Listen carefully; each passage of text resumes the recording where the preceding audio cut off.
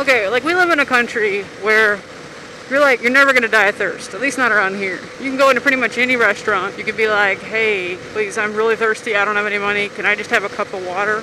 And you are going to get, probably even with ice in it if you want, clean, cold, drinkable, parasite-free water, right? Pure water. And it comes like that straight out of the freaking tap.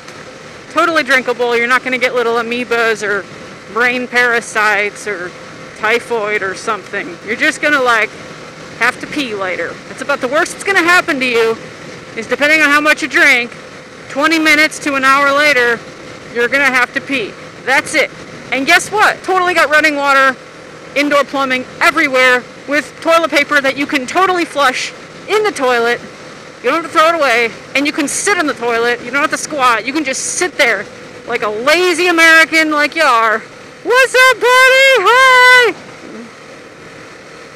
Let's try these guys. Hi! What's up? I'm so excited. And you can wipe your butt with as much toilet paper as you want. You gotta try hard to get that toilet to clog.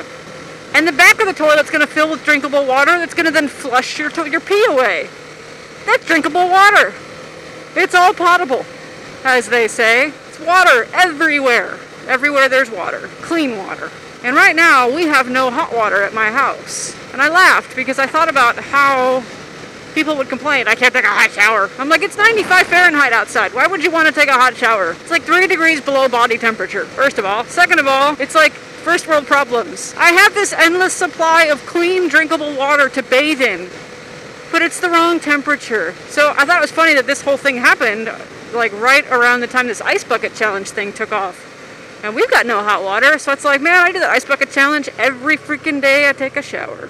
Which is right now every other day because, man, I mean, I'm used to roughing it. I've traveled the world, but I can only tolerate it so much. So unless I get stinky, but if I don't sweat that day, the next day, totally using a washcloth and just bathing with the sink. You don't use it hardly any. What the trick is, you turn it on, your mind over matter, just make yourself do it. And you're like, ah! It's okay to yell. Just make yourself do it. Get in there. Get your hair soaking wet and get generally in the rinse cycle. And then turn the water off so you're not going to be standing in it anyway. It's just a waste of water. You're going to be trying to you're like pinned against the wall of the shower as far away from that stream as you can because it's so freaking ice cold. And then you're like, blah.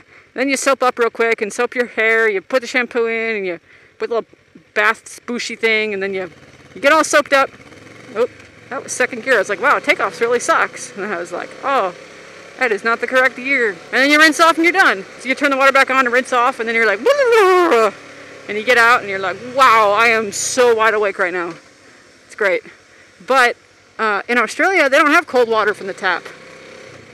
When I first moved there, I was like, what in the world? You turn the faucet on cold, turn it up all the way, you put your hand under there. It never gets much past lukewarm. It never gets ice cold. Because it's a warmer place there. And so the pipes aren't all underground and nice and cool. And so there's just, like in America, you fill a glass with cold water from the tap and you add ice to it. Ice isn't even going to melt. It would in Australia. It'd melt completely. What I think would be really great, I think French Canadians, when they introduce themselves, should be like, bonjour, je maple. Because, you know, maple instead of